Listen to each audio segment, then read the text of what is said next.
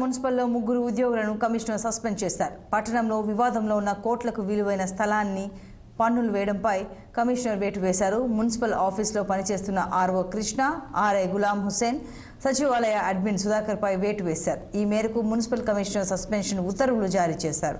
కొన్నేళ్లుగా కోర్టులో న్యాయశాఖ మంత్రి ఫరూక్ కుటుంబీకులకు ఇతరులకు మధ్య వివాదం కొనసాగుతోంది.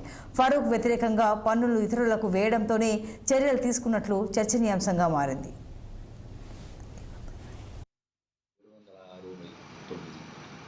సర్వే నెంబరు ఆ సర్వే నెంబర్కి సంబంధించి కొంత కోర్టులో వివాదం పెండింగ్ ఉండగా ఆ సర్వే నెంబర్కు సంబంధించిన స్థలానికి పన్ను విధించడం జరిగింది అని చెప్పేసి ఒక అభియోగం మా దృష్టికి రావడం జరిగింది. దాన్ని పరిశీలించేసి పన్ను విధింపు నిజమే, పన్ను విధించింది నిజమే అని నిర్ధారించుకుని ఆ పన్ను ఎవరైతే విధించారో దానికి సంబంధించిన సిబ్బంది మీద తగు చర్యలు తీసుకోవడం కోసం ముందు వాళ్ళని తాత్కాలికంగా విధుల నుంచి విడుదల చేయడం జరిగింది.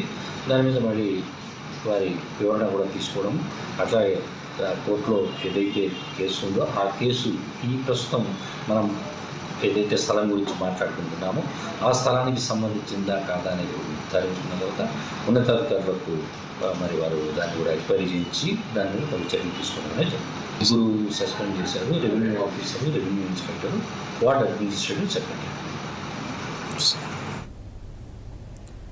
కాకినాడ జిల్లా ఎమ్మెల్యే పంతం నానాజీ